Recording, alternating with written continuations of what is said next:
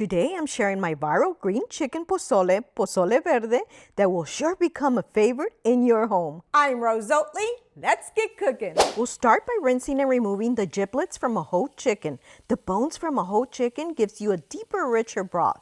This is a 6.35-pound chicken. Place your chicken in a pot with water. Your chicken should be completely submerged in water. Add half an onion and 2 garlic cloves. Bring to a high heat and simmer for approximately 45 minutes or until just slightly undercooked, since we'll finish cooking it later. After 15 minutes in, come back and skim any impurities. Then reduce to medium heat and continue cooking. In the meantime, roast 3 poblano peppers by turning them over every 1 to 2 minutes on each side until they're blistered and slightly blackened. Once done, place peppers in a large Ziploc bag, seal, and let them sweat for 15 minutes or until we're done with our next step. Next, you'll need 12 tomatillos. Tomatillos should have a husk like this and should not be confused with green tomatoes. Remove the husk from each one and rinse well. Once rinsed, add them to a pot of water along with half an onion, 3 garlic cloves, and 1 serrano pepper, or 2 to 3 if you like it spicy. Cook on medium heat until your tomatillos have turned a different color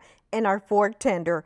These took approximately 15 minutes. Once done, remove your tomatillos, onion, garlic cloves, and serrano pepper.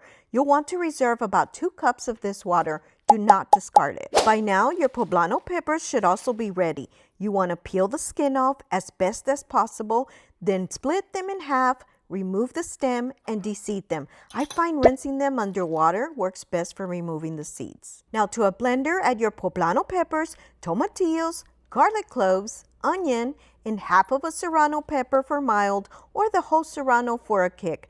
Just make sure to remove the stem. We'll also be adding the leafy part of 1 bunch of cilantro. For seasoning, add 2 tablespoons of cumin, 2 tablespoons of oregano. I'm using Mexican oregano, but any is fine.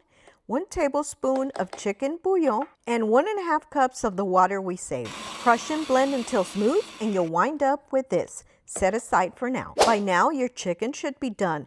Remove the chicken, reserve the broth, but discard onion and garlic from the pot. Shred your chicken or cut it into smaller pieces. Again, if your chicken is still pink and undercooked, that's okay. We'll finish cooking it in the pozole later. Now we want to drain and rinse 3 30-ounce cans of white hominy.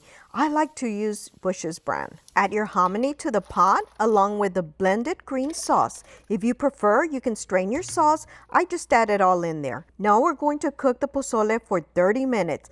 But here's an important part. If the chicken is pink like mine, add it now. If it's only slightly pink, add it in the last 15 minutes. If fully cooked, add it in the last 10 minutes. This prevents overcooking the chicken and where many people make a mistake. Before setting a 30-minute timer, add in 2 tablespoons of salt or salt to your taste. After 30 minutes, our pozole is done. Taste and adjust salt if needed. Let's plate and go add our toppings. Feel free to add as many of these toppings as you like.